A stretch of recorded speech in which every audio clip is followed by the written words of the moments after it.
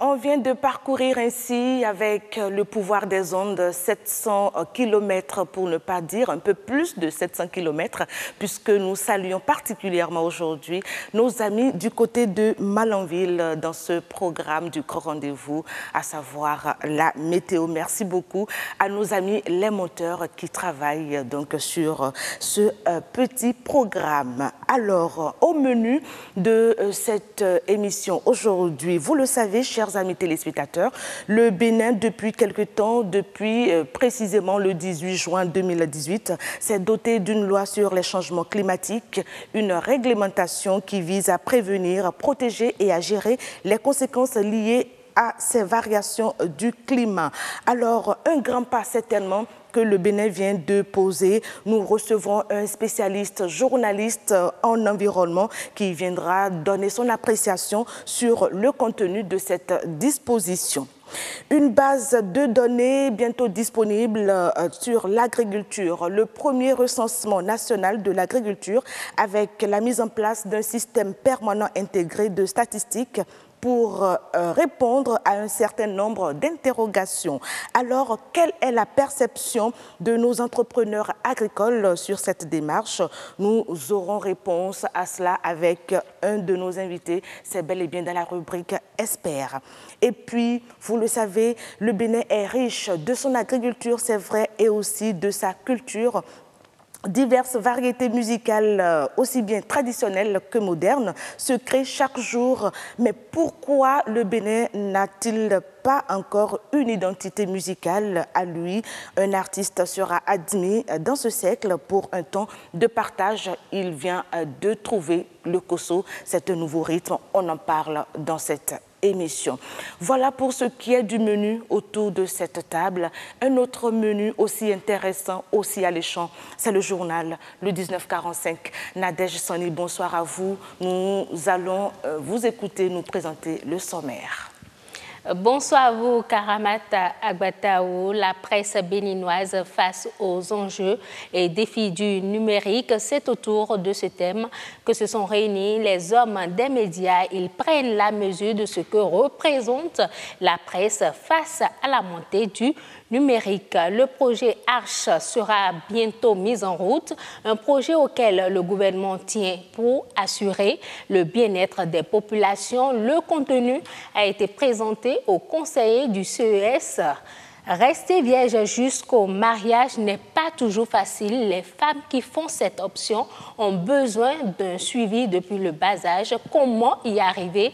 Un coach nous éclaire dans cette édition. Nadège Sani, merci beaucoup à vous. On vous laisse retourner rapidement dans les 4 murs de la rédaction et nous revenir pour le développement de tous ces titres. Vendredi, je le rappelle, 29 juin 2018, vous êtes travailleur. Le week-end, sans doute, vient de démarrer. Vous avez un programme alléchant pour ce vendredi soir et pour le samedi. Non, ce que nous avons à vous servir, c'est le grand rendez-vous et ça démarre avec nature et bien-être.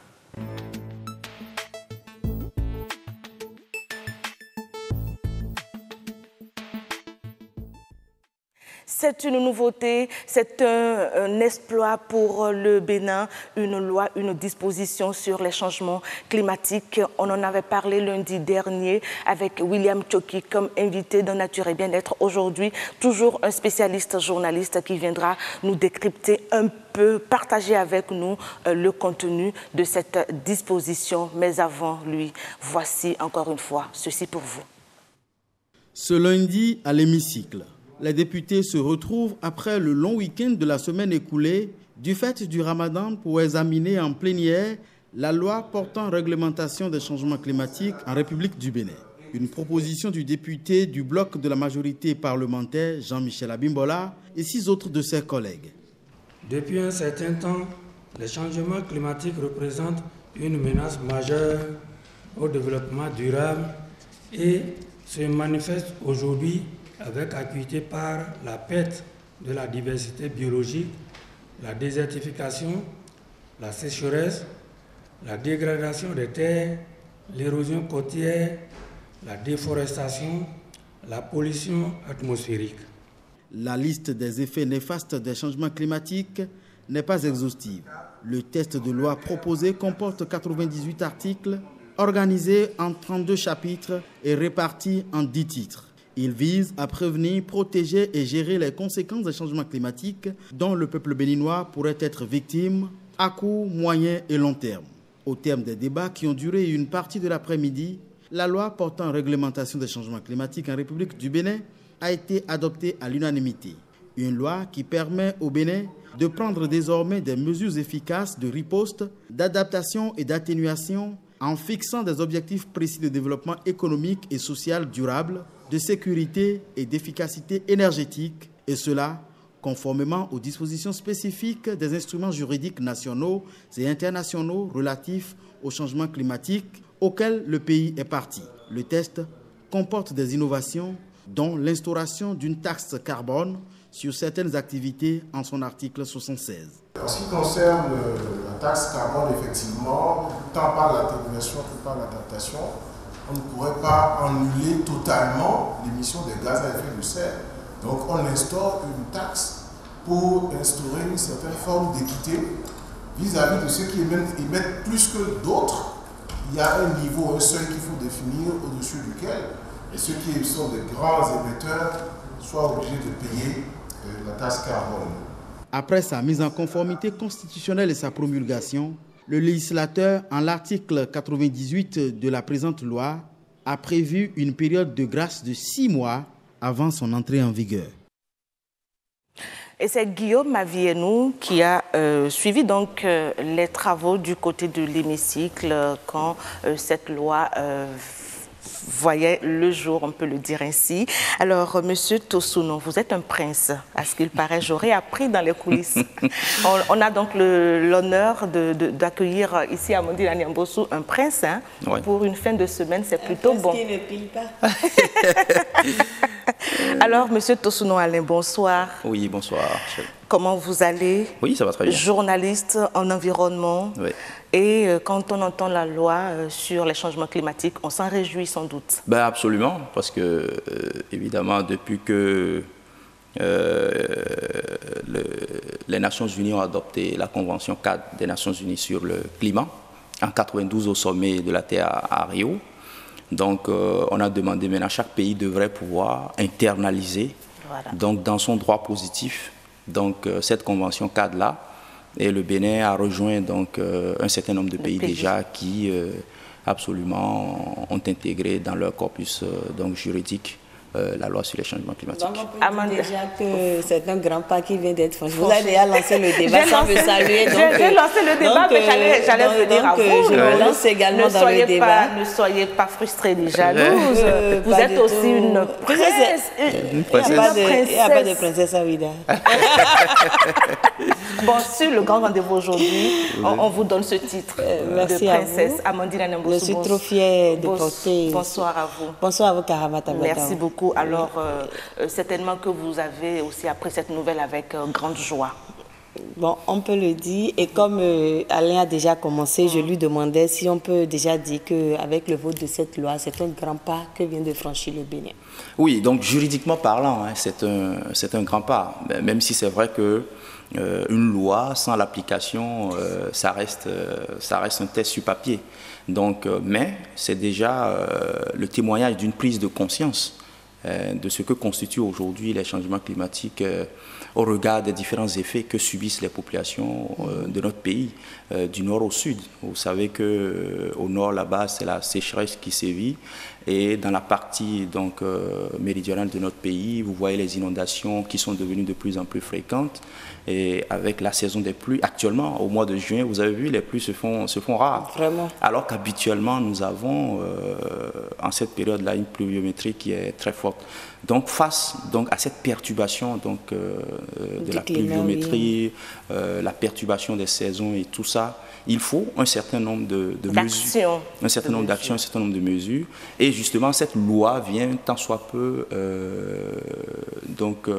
permettre à notre pays, donc, à nos autorités, donc, de prendre des engagements pour pouvoir donc, pallier les effets en termes d'atténuation, mais en termes aussi d'adaptation, parce que c'est un phénomène qui mondial et tout.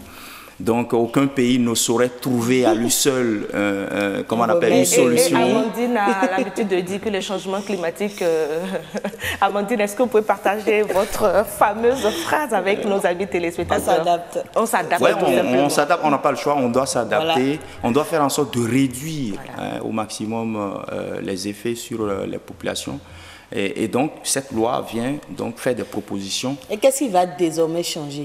Alors, ce qui va désormais changer, quand vous voyez un peu donc, au niveau du contenu de la loi, vous avez... la loi a repris un certain nombre déjà de choses qui sont déjà faites. En termes d'obligations, c'est que notre État, donc, puisque c'est la représentation nationale qui a voté la loi, et donc notre État s'engage à sauvegarder tout ce qui est écosystème, nos forêts, et tout ce que nous avons comme zone humide. Mais aussi, il y a un certain nombre de mesures d'atténuation. Je crois que le ministre, tout à l'heure dans le reportage, a parlé donc de la taxe carbone. Oui. Vous voyez, en France, il y a eu tout ce débat sur la taxe carbone. Donc, toute industrie, toute unité de production... On en a parlé la dernière fois, vous pouvez revenir un peu sur ce que c'est que cette taxe.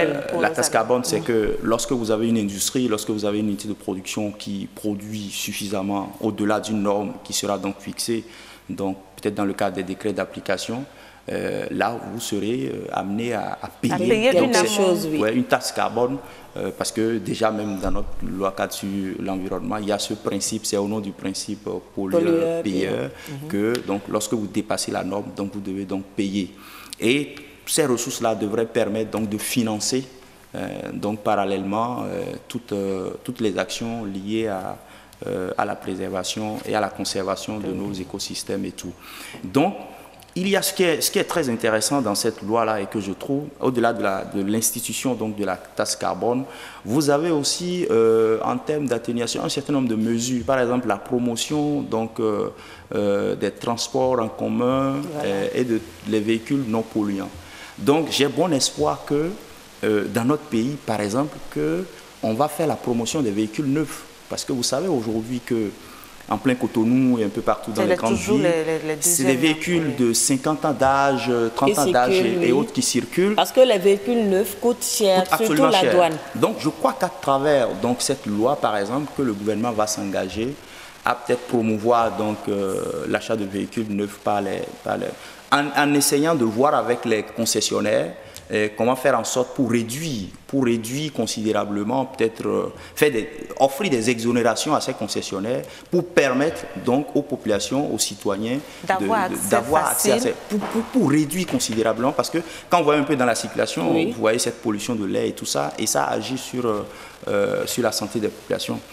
Est-ce que les députés, à votre avis, ont pris cet aspect-là en compte? Oui, il faut tenir compte aussi du pouvoir d'achat de nos populations. Oui, ça a été pris en compte. Hein, voilà. Et dans ce cas, je crois qu'il faut diminuer la douane sur les véhicules neufs, oui, absolument. Pour permettre à tout le monde d'avoir accès. Parce que ce qui est paradoxal aujourd'hui... c'est ce qui amène souvent les populations à préférer les véhicules de France. Et ce qui est paradoxal, c'est que lorsque vous achetez un véhicule qui n'est pas très vieux, vous payez plus la douane. Voilà. Et j'ai trouvé que toujours c'est une aberration.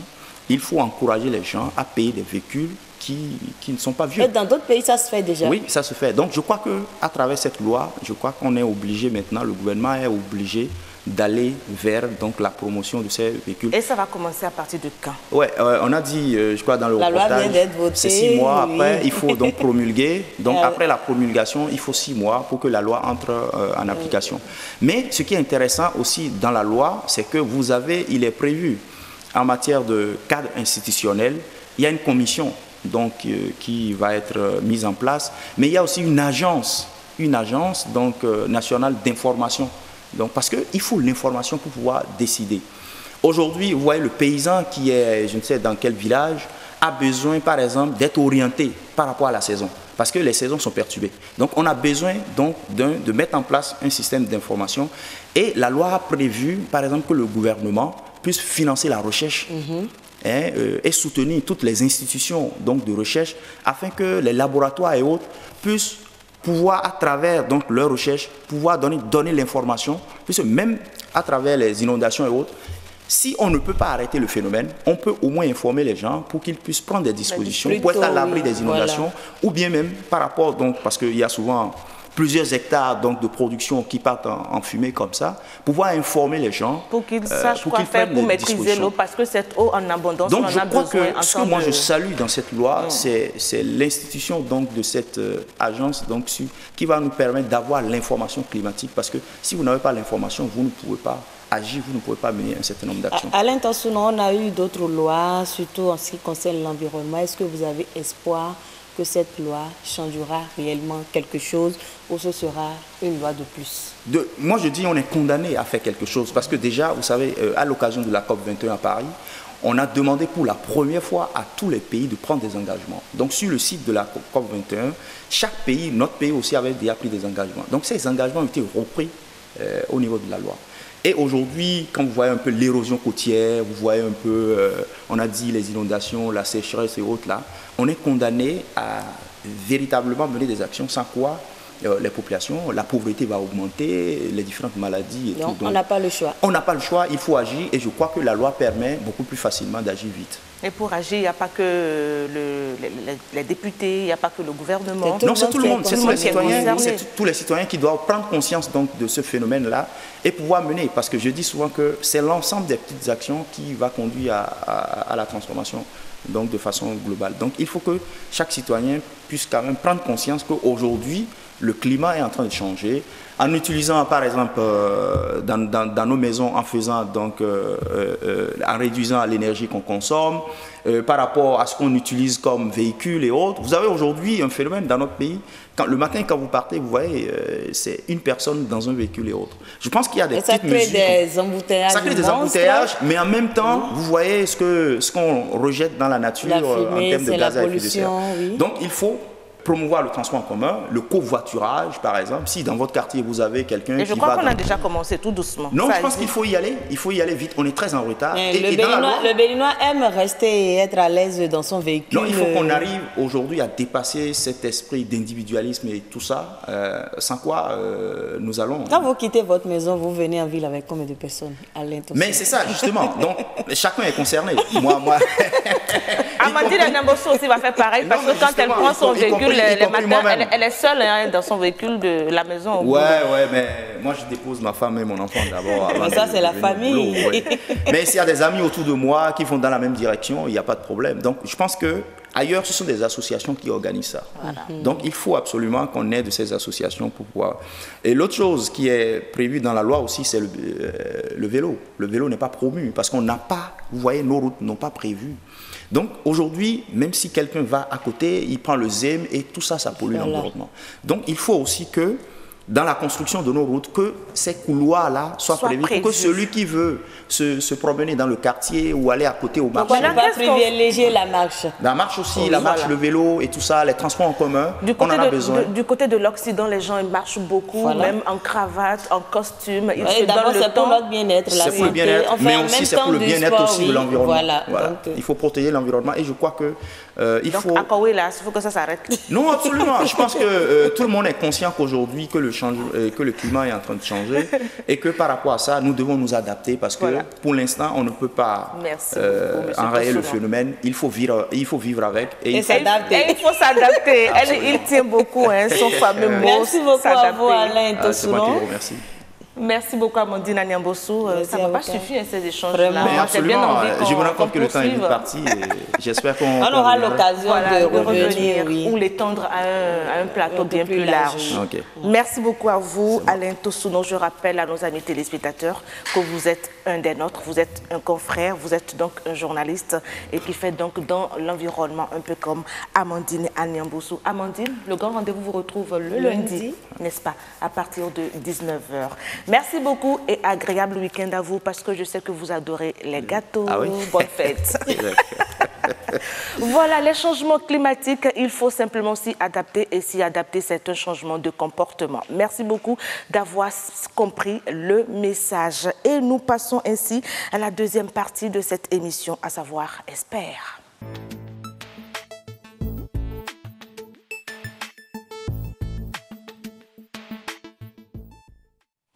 De l'environnement à l'agriculture, le fossé n'est pas grand, on l'a déjà franchi et nous parlons agriculture dans cette rubrique Espère de ce vendredi 29 juin 2018. Alors vous avez appris sans doute qu'il y aura bientôt un recensement pour avoir une idée de combien sont-ils ces entrepreneurs agricoles qui font de l'aquaculture, qui font de la pisciculture et qui cultivent le manioc et bien d'autres variétés, bien d'autres cultures, si je me permets de m'exprimer ainsi.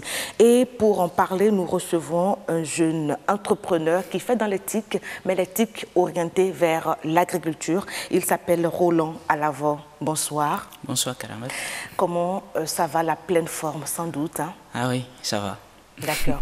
Alors, vous avez appris cette nouvelle, le ministre l'a dit, l'autorité l'a dit, l'a annoncé, un recensement, une base de données pour avoir des chiffres clairs, des statistiques sur l'agriculture. Votre appréciation rapidement.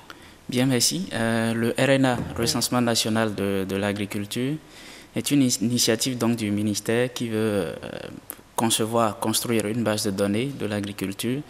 Et je pense que c'est une initiative louable qu'on a souhaité plutôt et qui est venue, qui nous rend heureux et fiers. Quand on a souhaité plutôt, ça veut dire quoi? Vous avez sans doute une petite anecdote à raconter? Ah oui, justement, il y a de cela 1 an et demi, nous on a participé à un concours dans le cadre de l'agriculture et on proposait une solution qui était faite d'une application, sinon qui est faite d'une application mobile et d'un logiciel qui permet d'aller sur le terrain, de recenser les agriculteurs et de concevoir une base de données qui permet de savoir qui produit quoi et où au Bénin. Donc, à la fin du recensement, on a une carte géolocalisée des zones de concentration des productions et au-delà des productions, de savoir quelle est la situation sociale des individus qui sont derrière ces cultures-là. Donc, je comprends votre joie. Justement, parce que nous mangeons tous, hein, et pour manger, il faut produire. Et si le RNA constitue une base de données, sinon des statistiques sur l'agriculture, c'est certainement, sinon à coup sûr, cela va améliorer les productions parce qu'on va mieux planifier. Justement, c'est ce que j'allais vous demander. Vous avez donc applaudi cette nouvelle qui vient répondre donc à ce dont vous avez pensé il y a un moment. Alors, à quoi vous attendez désormais dans le secteur où vous intervenez en partie? Ok. Déjà, le RNA, va nous permettre de savoir déjà qui fait quoi, d'accord? Mais au-delà du qui fait quoi, c'est tout un ensemble de données qui seront collectées. Lesquelles? Par exemple, qui sont les producteurs de maïs, quand on veut les contacter, parce qu'on a par exemple de l'intrant qui est disponible, ou on a identifié qu'il y a une menace par rapport à leur production, comment on les contacte pour les prévenir. C'est une base de données qui nous permet de faire cela.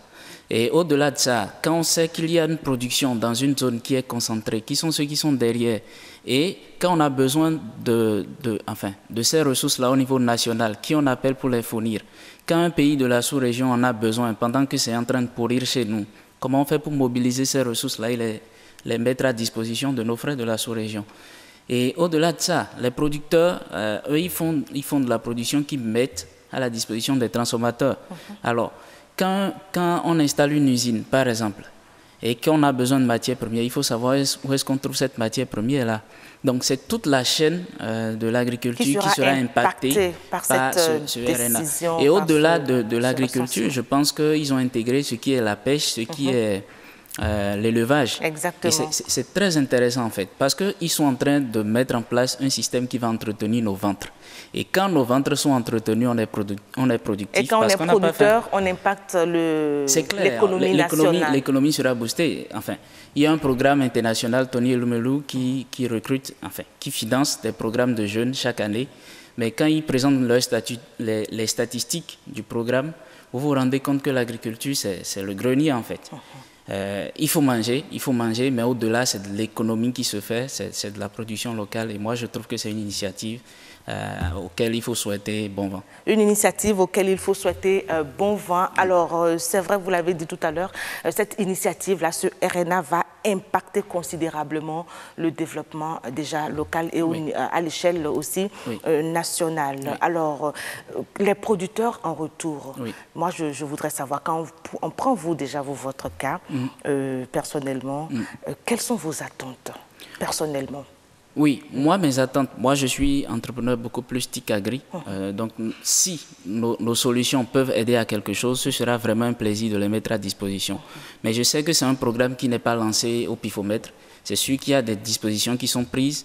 Mais s'il faut aller reporter des données sur papier, après encore les reporter à l'ordinateur, nous pensons que nous avons des solutions qui peuvent faciliter ce procédé-là.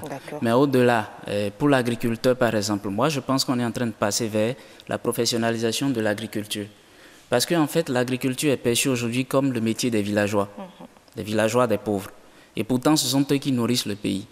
Et au-delà de toute chose, il faut savoir où est-ce que ces productions-là viennent et comment on les gère pour que, à un moment donné, on ne se retrouve pas affamé. Parce qu'affamé, je suis sûr que vous ne serez pas là. Est-ce que ça règle le problème des producteurs aujourd'hui? Parce que vous savez, ils ont d'autres préoccupations beaucoup plus liées aux finances. Ok.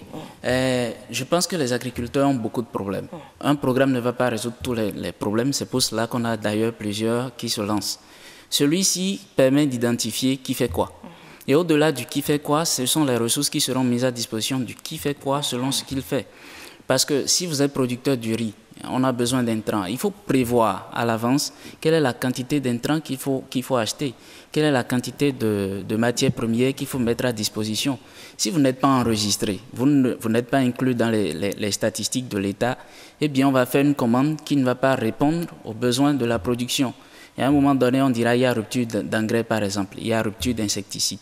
Et moi, je trouve qu'il serait intéressant qu'au-delà de ce programme aussi, qu'on puisse intégrer nos entrepreneurs locaux qui font, par exemple, des engrais bio, qui font des insecticides bio, pour qu'au-delà de, on est en train de faire un recensement des agriculteurs, qu'on sache aussi qui sont ceux qui permettent à l'agriculture d'aller mieux. D'aller mieux, se porter et de préserver la santé des populations. Tout en préservant justement l'environnement. Parce que ces engrais-là que nous utilisons chaque année, ça se prouve. Quand vous mettez de l'engrais dans sa forme ordinaire qu'on connaît là, en terre, vous n'allez pas voir beaucoup de vers de terre tourner autour des productions. Mais les vers de terre sont en fait des enrichisseurs du sol. Or, il y a des producteurs bio ici qui font de l'engrais que vous pouvez mettre, qui permettent à votre production d'être vraiment au top de sa forme, mais en même temps protéger le sol pour qu'à la production prochaine, on ait du rendement. Ce qui n'est pas souvent le cas avec l'engrais chimique, qui au bout de 3 ans, on nous demande de laisser le sol se reposer et tout, des trucs comme ça. Donc ce recensement, vous pensez aussi, à part cette base de données, va essayer de régler aussi un problème crucial des entrepreneurs, à savoir le financement. C'est ce que vous dites? Oui, le financement justement, parce qu'on sait qui fait quoi. Quand on a un financement étranger qui arrive par exemple et qui est à l'endroit des producteurs de coton, ou des producteurs de maïs. Ce n'est pas à ce moment-là qu'on va commencer par dire s'il vous plaît, c'est qui fait du maïs au Bénin? Est-ce à dire que désormais le rendement va s'accroître? Le rendement va s'accroître parce qu'il y aura plus de préparation. Avec ce RNA? Oui, le RNA est un instrument qu'on va mettre à la disposition certainement de plusieurs autres programmes, comme le programme qui va gérer l'approvisionnement en intrants, comme le programme qui va gérer le financement des entrepreneurs agricoles. Une base de données, c'est une base de données. Ce sont des données qui seront exploitées à d'autres fins. Mais moi, je trouve que oui, toute la chaîne agricole sera impactée par ce recensement parce que, justement, comme je l'ai dit, on sait qui fait quoi et où est-ce qu'il se trouve. Alors, je voudrais bien qu'on puisse aussi parler rapidement. Vous êtes dans l'éthique, mais vous vous orientez aussi vers l'agriculture. Vous êtes confronté à certaines difficultés aussi. Oui. Qui ne sont pas que financement. Qui ne sont pas financement. Enfin, moi je trouve que oui, on a des problèmes de financement. Est-ce que vous pensez que vous serez aussi impacté indirectement par cet outil-là qui sera mis en place? Ok. Est-ce que je serai impacté? Tous les Béninois seront impactés. Et au-delà, nos frères de la sous-région et même à l'échelle africaine. Maintenant, est-ce que moi je serai impacté? Oui, je vais mieux manger. Votre entreprise, parce que je sais que vous avez mis en place une start-up. Oui, oui. Nous serons impactés, lorsque nous aurons par exemple la possibilité de savoir les besoins des agriculteurs. Récemment, on a eu une discussion avec un producteur, un entrepreneur agricole qui nous disait que les TIC mettent beaucoup de solutions à disposition, mais le problème c'est qu'on n'arrive pas à identifier les vrais problèmes des agriculteurs. Et moi je pense qu'avoir une base de données à travers laquelle on peut discuter avec des agriculteurs, identifier leurs problèmes, parce que comme je le dis, c'est une base, d'accord? Au-delà, on peut avoir des systèmes qui permettent aux agriculteurs d'appeler et de dire j'ai tel problème. Et ce recensement va beaucoup travailler et entendra beaucoup de la part de nos entrepreneurs agricoles qui ont beaucoup à dire parce que c'est une première chez nous. Voilà.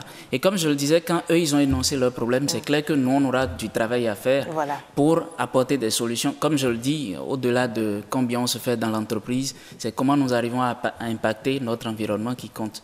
Et moi, je pense que oui, ce RNA va nous permettre de mieux cerner les problèmes des agriculteurs et de mieux apporter des solutions. Et d'ailleurs, même déjà dans la contribution au RNA, je disais tout à l'heure que nous avons une plateforme, c'est AgriStat qu'on avait présenté pour ce concours-là. Donc, pour nous, ce sera un plaisir de mettre cette plateforme à la disposition du programme, de l'adapter aux besoins du programme. Et si ça peut aider, ça nous rend fiers. Vous avez sans doute un mot à l'endroit de l'autorité, encore de doléances, parce que je suis sûre qu'après cet outil, il y aura encore, ou bien vous pensez que ce recensement va, selon vous, régler tous les problèmes, alors là, tous les problèmes, puisque vous en parliez tout à l'heure, ou il y a autre action à mener, si oui, lesquelles, quelles sont vos propositions? D'accord. Est-ce que le RNA va résoudre tous les problèmes? Je n'hésite pas à dire non, ce n'est pas possible, d'accord? Et maintenant, au-delà du RNA, le RNA va permettre, par exemple, dans chaque quartier, de savoir, d'avoir des statistiques par quartier, par arrondissement, par commune, par département, par ville, ainsi de suite. Donc, c'est un outil intéressant.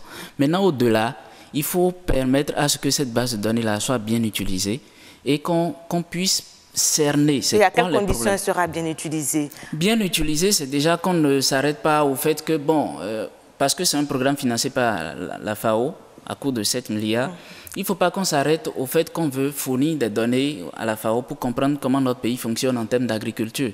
Il faut qu'on l'utilise comme un outil de développement de l'agriculture. Déjà pour avoir accès au soutien venant des organismes internationaux. Exactement.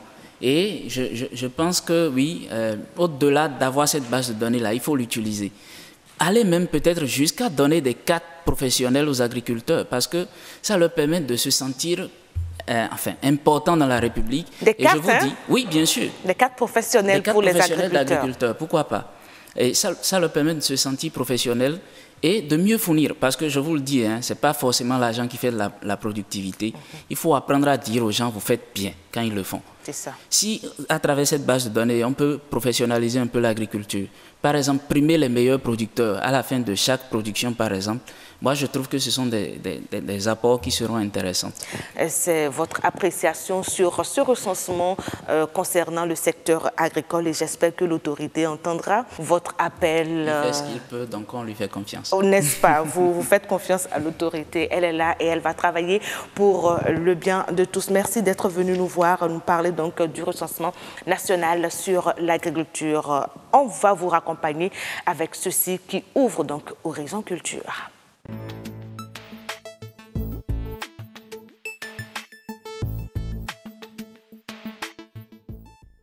Horizon Culture reçoit aujourd'hui Willy Mignon. Vous le savez, vous êtes amateur de musique, vous adorez danser les belles sonorités. Vous savez donc qu'il a sorti récemment où il a revu un rythme existant qui s'appelle le Kosso. De quoi s'agit-il concrètement? Est-ce que ce Kosso va permettre au Bénin enfin d'avoir une identité musicale? C'est ce que nous allons découvrir à travers ceci. On regarde d'abord ça et on revient en parler. C'est la musique moderne d'inspiration traditionnelle. La musique moderne surfe sur les vagues de la tradition. La nouvelle trouvaille vient de Willy Mignon. Le promoteur du Nudiou modernise la danse et le rythme Kosso. Le Kosso, c'est un rythme traditionnel qui se joue au Bénin que dans d'autres pays.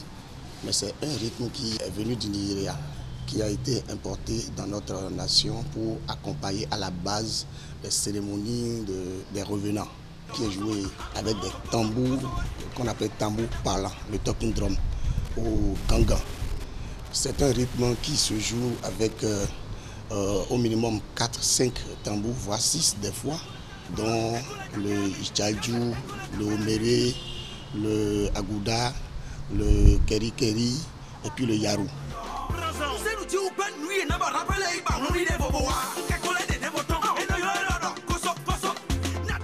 J'ai eu l'idée de valoriser le Kosso parce que j'ai eu à étudier beaucoup de rythmes. Quand j'ai commencé avec le Nudiou, tout le monde a pris et tout, mais je continuais toujours à me reprocher quelque chose.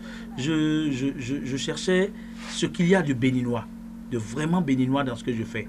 Parce que le Nudiou, c'était parti sur du high life. Et le high life, bien vrai que c'est un rythme qui appartient à la côte du Bénin, mais ça appartient à beaucoup de pays. Voilà, mais j'ai voulu trouver quelque chose de principal, de réellement différent des autres pour pouvoir réellement identifier le Bénin. J'ai beaucoup de facilité à promouvoir cette tendance parce que c'est une tendance qui est béninoise, que les Béninois aiment déjà d'ailleurs. Du nord au sud, les gens adorent ces tambours. Donc dès qu'ils entendent ça, ils se retrouvent directement dedans. Le reste maintenant, c'est de faire comprendre ce que moi j'apporte à ce Kosso-là, qui est un Kosso beaucoup plus moderne, ce Kosso sur lequel on peut même rapper, ce Kosso sur lequel on peut chanter. Kosso gagne l'adhésion des acteurs culturels. Le président de la Fédération des associations des musiciens encourage Willy Mignon et estime que la valorisation de la culture béninoise est vraiment capitale. Si notre culture doit être exportée, nous devons partir de la musique traditionnelle. Donc cet apport est capital. La musique traditionnelle est le seul rythme capable d'imposer notre pays à l'extérieur. Ça, je suis convaincu. Mais le problème que nous avons, c'est qu'au lieu qu'on s'approprie un rythme travaillé, exemple le tchenk, le tchengoumé que Toron a pris pour faire tchenk système, normalement tous les artistes béninois devraient adopter le tchenk. Et comme le font les Ivoiriens. Et ça va faire sa saison. Maintenant, comme Willy Mignon a pris le Kosso, nous devons tous adopter le Kosso et faire la promotion du Kosso. On pourra l'imposer à l'international. L'artiste a beaucoup d'autres projets en instance et promet de se donner à fond pour imposer à l'extérieur notre matière première, la culture béninoise. Voilà un rythme qui fait bien danser, qui emballe. Hein. Tout de suite, Willy Mignon. Bonsoir. Bonsoir. Sur BB24, vous êtes là dans l'émission Le Grand Rendez-vous ce vendredi soir. On va danser en boîte ce soir ou demain, samedi? Tout le week-end, on danse. Avec Kosso. Toujours. On peut danser le Kosso en boîte, à votre avis? Ben oui, c'est ce qui se fait déjà. Ah oui, hein? C'est ce qui se fait déjà. Le Kosso se danse bien en boîte. Mercredi passé, au Dauphin, c'était fou. C'était fou. Une publicité, on va vous prendre de l'argent. Non, non. Je parle de l'ambiance qui règne actuellement. D'accord, dans un des coins chauds de Cotonou. Vous voyez des jeunes qui dansent du gangan. On invite maintenant déjà des groupes de gangan en boîte pour des soirées Kosso, pour des soirées gangan. Est-ce à dire que la musique béninoise est en train, où les artistes béninois se font de plus en plus confiance? Oui, c'est clair. Et le peuple béninois aussi se fait de plus en plus confiance. Parce que c'est le peuple en général. Il faut que nous changions notre mentalité. Il faut que nous commençons par être fiers de ce que nous avons de cher à nous, de ce que nous avons pour nous-mêmes. Donc, je crois que les jeunes ont compris, la population est en train de comprendre, et les artistes aussi sont en train de comprendre désormais. Et les enjeux. Voilà, voilà. Parce que il faut que n'importe où nous arrivons aujourd'hui, que nous puissions présenter une musique béninoise, d'origine béninoise. Voilà. Et le Kosso, à votre avis, est-ce qu'il peut voyager au-delà des frontières africaines, même aller jusqu'en Europe? Pourquoi Parce qu'on vous a connu avec un rythme au Pourquoi départ. C'était le Nudiou. Le Nudiou, je ne sais pas si aujourd'hui on l'a enterré, on a déjà fait... Qu'est-ce qui se passe aujourd'hui? Rien ne s'enterre. Et on est passé de Nudiou au Kosso. Rien ne s'enterre. Vous l'avez entendu dans le reportage tout à l'heure, je disais, le Nudiou, j'étais dans l'optique de trouver un rythme pour le béninois, pour les jeunes. Mais le Nudiou n'avait pas quelque chose d'origine béninoise. Et après, il me fallait trouver quelque chose de notre musique, de nos villages, de notre culture même. C'est ça qui est le Kosso. Le Nudiou n'est pas mort, le Nudiou est toujours là pour les fans, les mélomanes du Nudiou. Maintenant, nous reconvertissons tous ces fans-là en fans de Kosso, qui connaissent déjà le Kosso à l'état brut, mais nous leur donnons aujourd'hui un Kosso moderne, un Kosso urbain, un Kosso sur lequel on peut rapper, on peut chanter n'importe comment, pourvu que la rythmique du Kosso soit là. Cette rythmique du Kosso, dans le style moderne, peut être joué directement avec la batterie. D'accord. Voilà. Et maintenant, on a appris que c'est avec 6 tambours que le Kosso doit se jouer. Qu'est-ce qui fait la base musicale de ce rythme-là, le Kosso? La base musicale du Kosso, à la base, c'est les gangans, c'est les tambours. Maintenant, moi, j'ai rapporté le battement principal du Kosso, qui fait ra, taka, ta, taka, taka, ta, taka, ta, taka, ta, taka, taka, que j'ai ramené maintenant sur la batterie. Donc, quand tu veux jouer du Kosso moderne aujourd'hui, dès que tu joues cette frappe-là, on sent en même temps que c'est du Kosso, parce que c'est du 3 temps, et c'est un battement particulier. C'est par exemple, les Congolais, ils jouent ce que les Ivoiriens aussi ont copié, mais ils ont accéléré légèrement. On est d'accord? Il y a d'autres rimes, tu entends ta, ta, ka, ka, ka, ka. Mais aujourd'hui, quand tu entends ta, ta, ta, ça, c'est typiquement c'est Kosso et c'est Bénin. Et c'est Bénin. Voilà, est-ce que vous pensez justement, est-ce que ça fait d'abord l'unanimité? C'est vrai, on a entendu le président se prononcer dans le reportage tout à l'heure. Il dit qu'on peut surfer là-dessus pour donner enfin une identité à la musique béninoise. Oui, en fait, est-ce que vous croyez pourquoi que... d'office le Kosso fait l'unanimité? Vous savez, le Kosso, c'est le rythme de base des gonds, du bon, du gangan. Donc ça se jouait, moi je n'ai pas créé le Kosso. J'ai juste puisé dans le Kosso pour sortir quelque chose de plus moderne. Donc le Kosso était déjà aimé par les Béninois. Quand tu joues du Kosso n'importe où, les gens se reconnaissent dedans. Et puis le Kosso est répandu partout dans le Bénin. Quand tu vas au nord, même dans les villages Nago, quand tu vas dans le plateau de Louéné. Ça se joue un peu partout et ça se danse même en boîte de nuit. On reviendra à vous tout à l'heure pour la suite de ces échanges.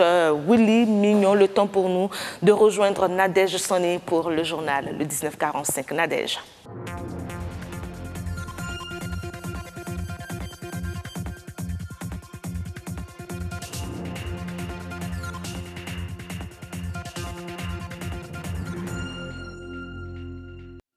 Bonsoir à tous et bienvenue dans cette édition du soir. Voici les titres de ce journal.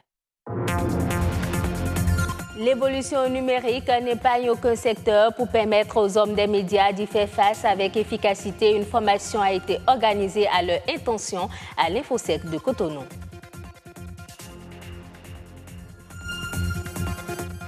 Vers la mise en route d'une nouvelle stratégie pour améliorer le bien-être des populations, c'est à travers le projet Arche, Assurance pour le renforcement du capital humain. Une équipe de notre rédaction était à la présentation du dit projet. Rester vierge jusqu'au mariage est un acte noble pour les femmes qui en font l'option. Un choix qui n'est pas sans embûche. Pour y arriver, un suivi de la base est nécessaire.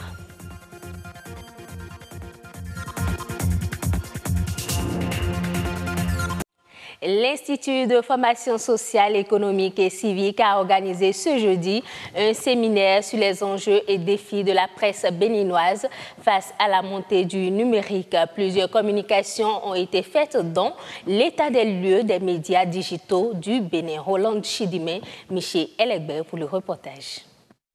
L'arrivée de nouveaux médias n'a jamais fait disparaître les autres.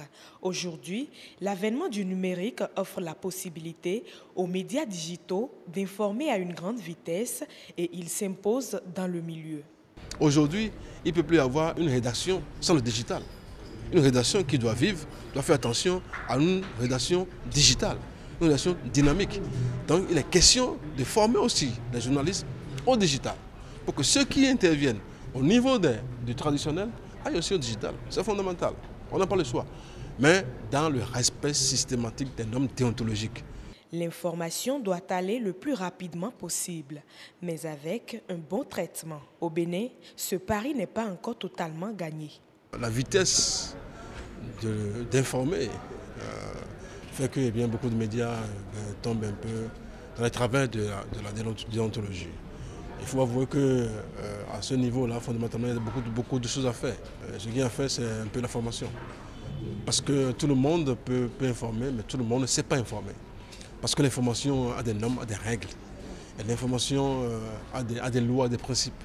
En cas de diffamation, le code de la déontologie prévoit des sanctions connues, mais avec le numérique, c'est encore plus fort. Dans le code de l'information de la Commission, il est prévu qu'en cas de dérapage, de diffamation, il y a la répression qui est là. Il y a les mesures juridiques qui sont prises. On ne souhaite pas, mais c'est là, c'est prévu. Dans la loi sur le numérique, c'est encore pire. Parce qu'il est prévu des peines de 5 ans à 25 millions d'amendes pour des actes de diffamation clairs qui sont observés.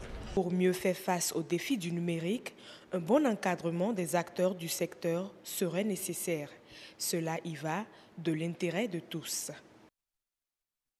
Au Bénin, tous les mécanismes de protection sociale mis en place n'ont pas pu aboutir. Il n'en existe pratiquement aucun qui soit véritablement opérationnel. En réponse à ce constat, le gouvernement adopte une fois une nouvelle stratégie intégrée et plus inclusive pour améliorer le bien-être des populations. Il s'agit du projet Arche. Marcella Rossi nous fait découvrir le contenu à travers la présentation au haut conseiller de la République. Reportage. Protection sociale au Bénin, l'état des lieux n'est pas très reluisant. Des stratégies ont été mises en œuvre dans le pays pour résoudre le problème, mais en vain. Aujourd'hui encore, une nouvelle stratégie est adoptée. Elle va être mise en œuvre à travers le projet dénommé Assurance pour le renforcement du capital humain, Arche. Il constitue une offre d'un paquet intégré de 4 services de protection sociale. L'assurance maladie, la formation, le crédit et l'assurance retraite, orientés vers les acteurs du secteur comme l'agriculture, le transport, le commerce, qui autrement n'ont pas accès à des mécanismes de retraite quand ils finissent de travailler. On a vu des riches commerçants, pendant leur période active, se retrouver en situation de démunis, de pauvreté, quand ils n'étaient plus capables d'exercer des activités. Le projet H donc vise à protéger les plus démunis et à réduire la précarité. L'Arche, pour sa mise en œuvre, a une cible prioritaire. L'État ambitionne payer l'assurance maladie pour les plus démunis de la société. On a les pauvres extrêmes et les pauvres mais non extrêmes. Les pauvres non extrêmes, c'est des gens à qui, si on les laisse payer intégralement leur assurance maladie, pour eux-mêmes, pour leur famille, ils risquent de tomber en situation de pauvreté, puisqu'ils n'ont pas des finances trop solides. Le dispositif Arche, on y entre grâce à sa carte Ravip.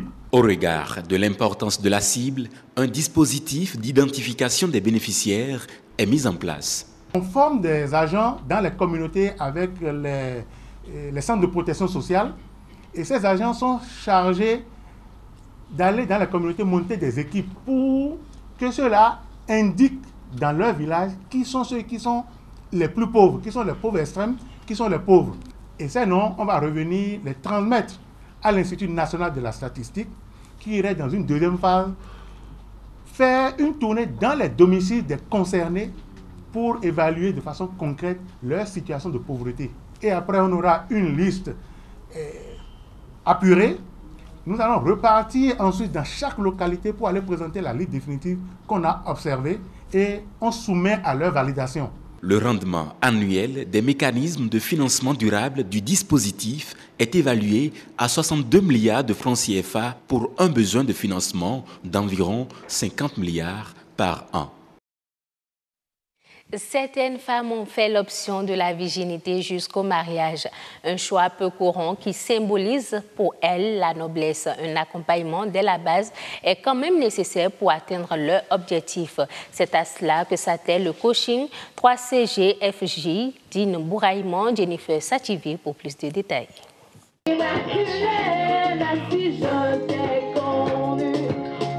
Tori Devon quand même.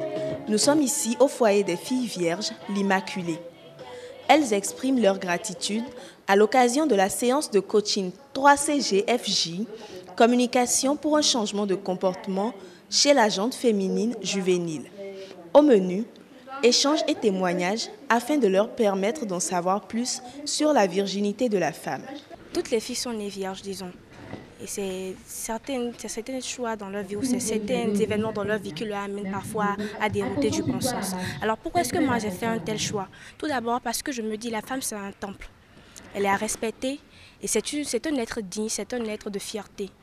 Donc la moindre des choses c'est que son sexe soit respecté. C'est pour ça que j'ai fait un tel choix. Également, je me dis qu'au-delà de la virginité, il y a la valeur mentale, la valeur psychique de la femme.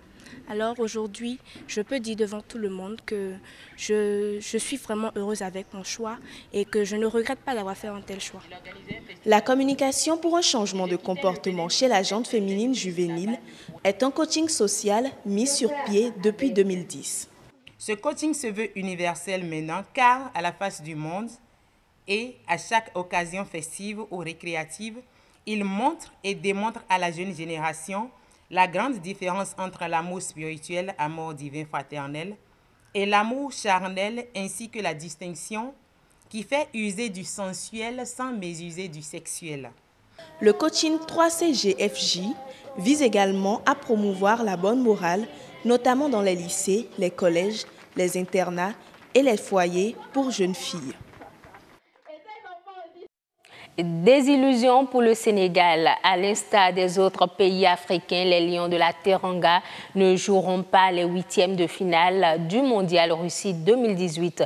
Ils avaient leur destin en main, mais leur défaite 1-0 devant la Colombie a plombé l'espérance de tout un continent qui avait foi en leur qualité. Reportage à Cotonou de Herman Amigan. Un drapeau vert, jaune, rouge étoilé suspendu à un mât et qui flotte dans les airs. Nous sommes au consulat du Sénégal au Bénin. C'est ici qu'ils se sont donné rendez-vous pour vivre ensemble le dernier match de poule des Lions face à la Colombie. Un écran géant y est installé. Aux manettes techniques, Ibrahima Sow, le consul lui-même. De la première à la 45e minute, ses supporters avides de qualification n'affichaient pas une très grande sérénité. Le match nul face au Japon est resté en travers de la gorge de plus d'un. La rencontre est équilibrée, mais les Lions ont du mal à s'offrir des occasions. Le démarrage de la seconde partie n'empêche pas certains supporters d'aller faire la prière, peut-être pour invoquer une bénédiction divine sur Sadio Mané et ses coéquipiers. 74e minute, coup de tonnerre. Dieu semble être du côté des cafeteros. Yerimina, venait d'ouvrir le score sur un corner.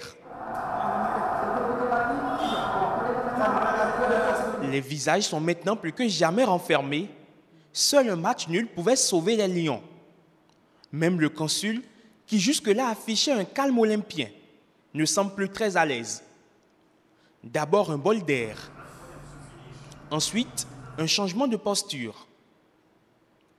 Après un petit calcul d'arithmétique, le Sénégal et le Japon cumulent le même nombre de points et le même nombre de buts marqués et encaissés. La sentence était là. Il faut voir les cartons jaunes reçus de part et d'autre. Pas deux cartons jaunes. Pas deux cartons jaunes. Ici, découragement et désespoir ont déjà gagné les cœurs. Quoique difficile, le consul ébauche néanmoins un sourire, même si son équipe ne trouve pas le chemin des filets. La défaite est consommée, chacun y donne une explication. Bon, toujours est-il que c'est le sport qui a gagné. Le Sénégal n'a pas de réalité. Nous, on peut dire que le Sénégal a raté sa qualification au niveau du deuxième match contre le Japon. Ce qui nous manque un peu, c'est de la rage, c'est-à-dire la rage de vaincre. On se dit, on a combien de millions de personnes qui comptent sur 11 jours. Ces 11 jours-là, il doit y avoir cette conscience qu'on compte sur eux. Ils devaient avoir la rage de vaincre, comme les autres. De retour à leur QG, certains vaquent déjà à leurs occupations. Le lion de la Teranga a cessé de rugir. L'Afrique se retire du mondial, tout en silence. Le groupe marocain de la Banque centrale populaire recevra une ligne de crédit de 100 millions d'euros de la Banque africaine de développement. Ce prêt a été approuvé ce 27 juin 2018 par le conseil d'administration de l'institution financière multilatérale. Les ressources qui seront mises à la disposition de BCP serviront à renforcer les activités de financement des entreprises dans les secteurs de l'agriculture, de l'éducation, de la santé et des infrastructures en Afrique de l'Ouest, principalement en Côte d'Ivoire, en Guinée, au Mali et au Sénégal. Le Sénégal bénéficiera d'un financement de 98,2 millions de dollars de la part de la Banque africaine de développement pour l'amélioration de ses infrastructures routières. Ce nouveau financement devrait servir à la réalisation d'un projet de réaménagement des 172 km de l'axe routier ainsi qu'au désenclavement de la zone méridionale du Sénégal. En outre, près de 165 km de routes départementales, de pistes rurales, de désenclavement et des voiries urbaines devraient être réhabilitées ou construites dans le cadre du dit projet. C'est la fin de cette édition. Merci de votre aimable attention. Passez un agréable week-end en compagnie de nos programmes. Nadège Soni, merci. C'était le 19h45 de ce soir. Merci pour la présentation. On vous retrouve la semaine prochaine, toujours pour le même exercice. Chers amis téléspectateurs, le grand rendez-vous se poursuit et nous étions avec Willy Mignon. Nous sommes revenus. À lui, nous parlons de Kosso, ce nouveau concept. On peut le dire ainsi, hein, Willy Mignon. C'est un nouveau concept. Ancien nouveau concept. Ancien nouveau concept. Oui. Parce que vous êtes parti de ce qui existait déjà et qui n'était pas vraiment promu. En fait, c'est ce qui vous a donné l'envie de ressusciter en quelque sorte ce rythme. Il faut dire que j'ai vu déjà des aînés à moi qui ont fait le pas. Ricos Campos, par exemple, je l'ai vu jouer du Kosso en live avec ses instrumentistes modernes et tout.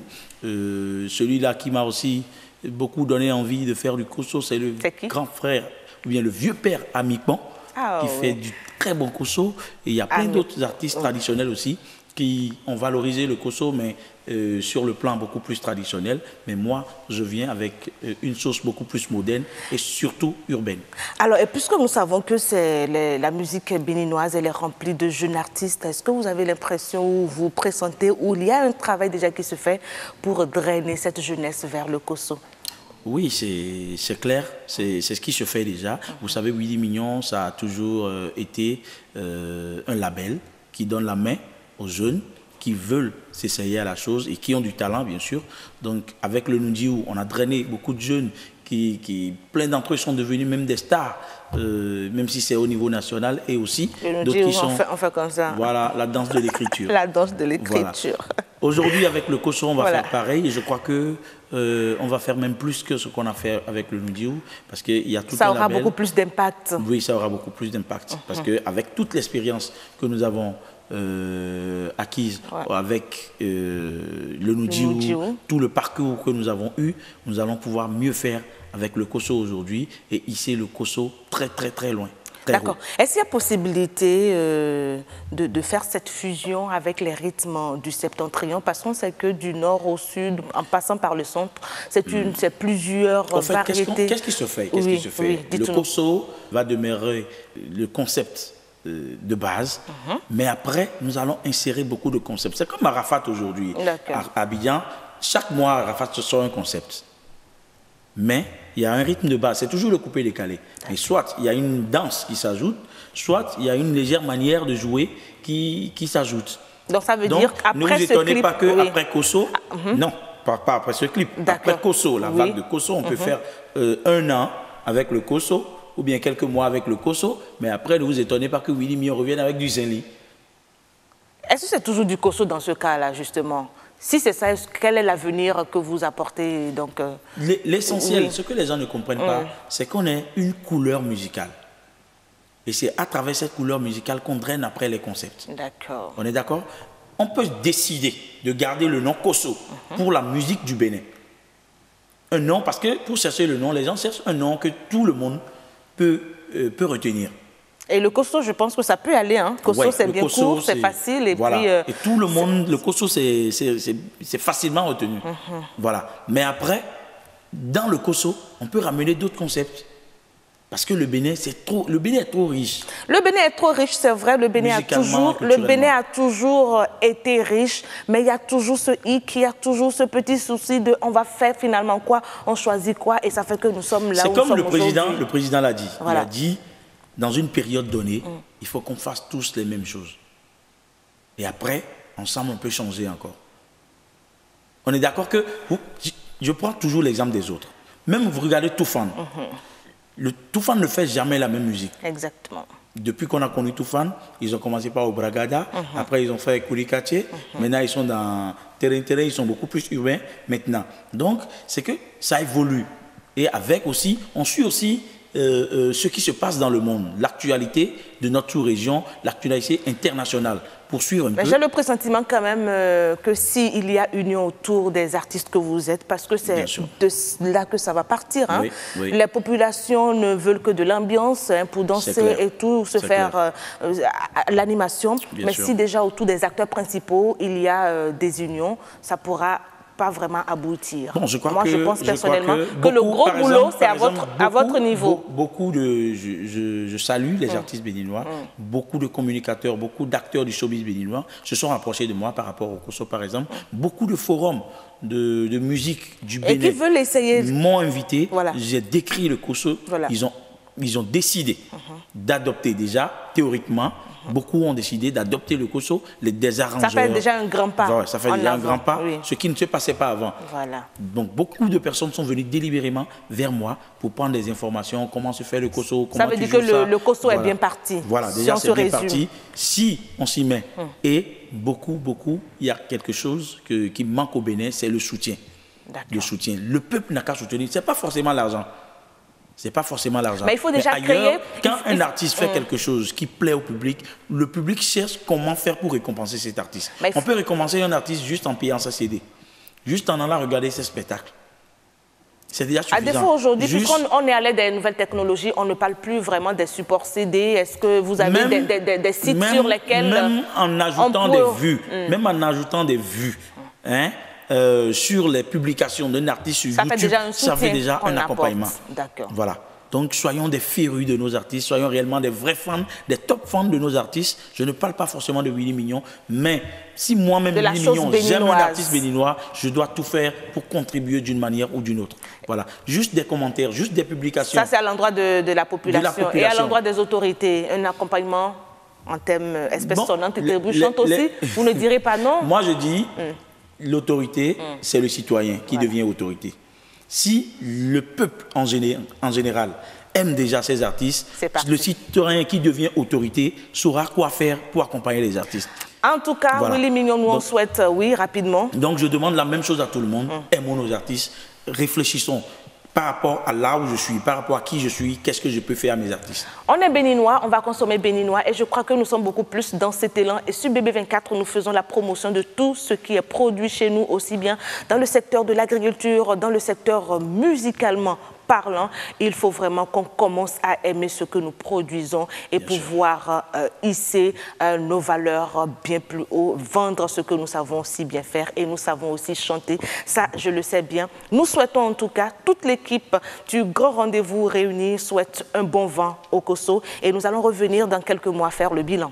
Bien sûr. N'est-ce pas? Et plaisir à Dieu, il sera positif. N'est-ce pas? Voilà. Merci beaucoup. C'était donc notre invité dans Horizon Culture, Willy Mignon, un des artistes béninois. Chers amis téléspectateurs, vous avez compris, le Grand Rendez-vous tout doucement est en train de descendre. La température commence par baisser et nous allons regarder ActuWeb. Nous passons voir un peu ce qui se passe sur la toile.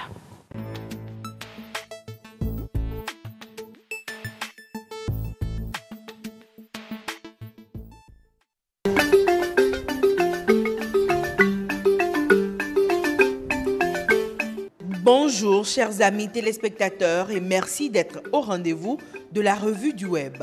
Africa News nous accueille avec une triste nouvelle.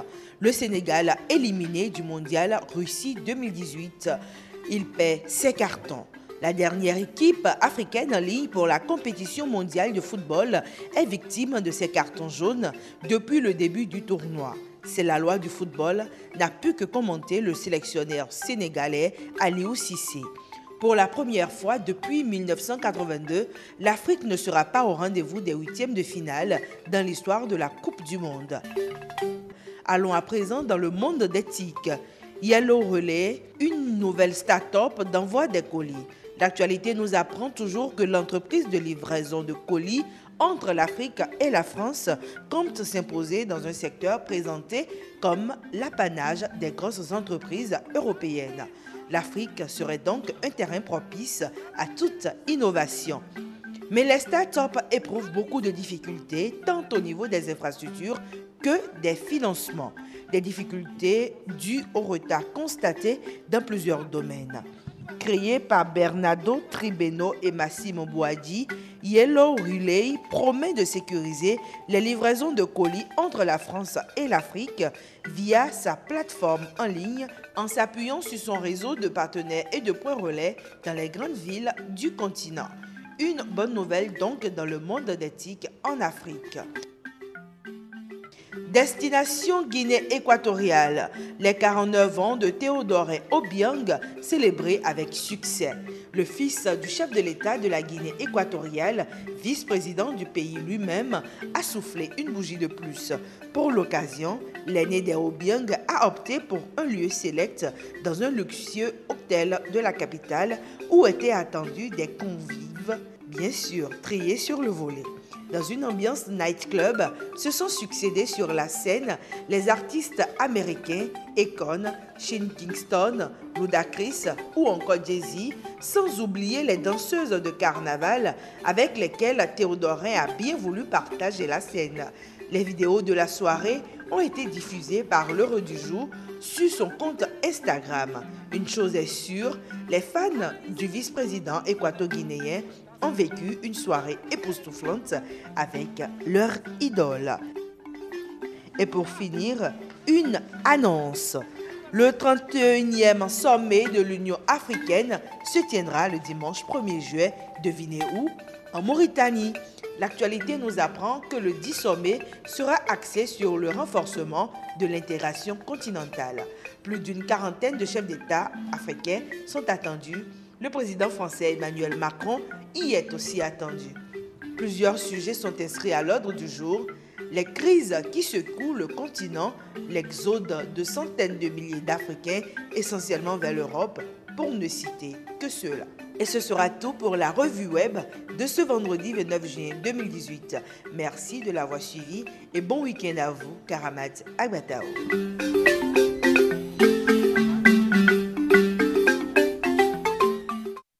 Merci beaucoup Aniat Bello, agréable week-end à vous aussi, reposez-vous bien et on va se retrouver la semaine prochaine pour servir nos amis téléspectateurs. C'est notre raison d'être, c'est notre passion tout simplement au quotidien. Merci Aniat Bello encore une fois et puis la météo si vous l'avez loupé au démarrage.